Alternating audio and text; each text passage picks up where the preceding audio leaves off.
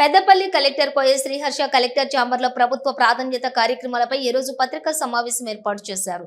ఈ సందర్భంగా కలెక్టర్ కోయ శ్రీహర్ష మాట్లాడుతూ ప్రభుత్వం ప్రవేశపెట్టిన ఆర్ఓఆర్ చట్టంపై ప్రజలకు అవగాహన కల్పించామని, ధరణి చట్టం, భూభారతి చట్టంల వ్యత్యాసాన్ని రైతులకు వివరించామని అన్నారు.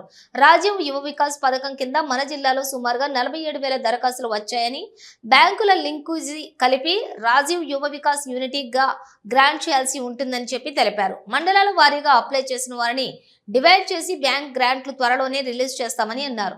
యాసంగి పంటలో ఉత్పత్తి బాగా వచ్చినందుకు కొనుగోలు కేంద్రాల వద్ద అధికంగా ధాన్యం వస్తుందని, కొనుగోలు కేంద్రాల వద్ద వాహనాలు కొరత లేకుండా చర్యలు తీసుకుంటున్నామని, అవసరమైతే హమాలీలను అదనంగా బీహార్ నుంచి రప్పిస్తున్నామని అన్నారు.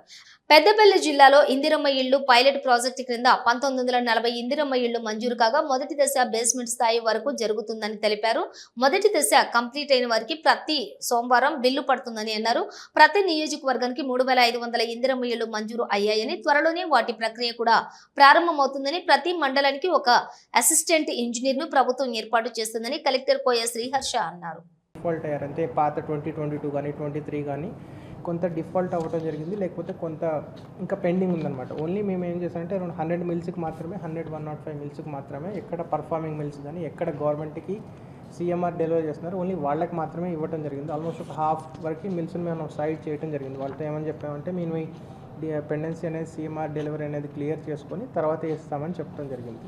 అండ్ ఇంకొకటి ఏంటంటే ప్రతి మండలికి ఒక స్పెషల్ ఆఫీసర్ పెట్టాము, డిస్ట్రిక్ట్ లెవెల్ ఆఫీసర్ పెట్టడం జరిగింది. ఫర్ ఎగ్జాంపుల్ అగ్రికల్చర్ ఆఫీసర్ ఒక మండలికి, లేకపోతే మార్కెటింగ్ ఆఫీసర్ ఒక మండలికి, కోఆపరేటివ్ ఆఫీసర్ ఒక మండలికి, అట్లా ప్రతి వాళ్ళు మానిటర్ చేస్తున్నారు. దాంతోపాటు ప్రతి ఒక 3-4 సెంటర్స్ లాగా క్లస్టర్ లాగా చేసేసి ఒక మానిటరింగ్ ఆఫీసర్ కూడా పెట్టడం జరిగింది. అండ్ మేము రెగ్యులర్ ఎవ్రీడే మార్నింగ్ ఒక 10 మినిట్స్ ఒక చిన్న టెలికాన్ఫరెన్స్లో తీసుకోవడం జరుగుతుంది. అండ్ ఇన్ఫ్యాక్ట్ ప్రతి మిల్లో కూడా ఒకటి నోటీస్ చేయడం ఏంటంటే ట్రెడిషనల్గా మిల్ దగ్గరికి వెళ్ళాక అన్లోడింగ్లో ఇబ్బంది అయ్యేది అనేది నోటీస్ చేయడం జరిగింది. సో ఈసారి ఏ మిల్ దగ్గర ఎన్ని వెహికల్స్ ఉన్నాయి వాటిని అన్లోడింగ్ చేయడం కోసం కూడా ఒక 3 టీంతో పెట్టేసి ట్రాక్ చేస్తున్నాం అనమాట. అది ఒకటి చేయడం జరిగింది.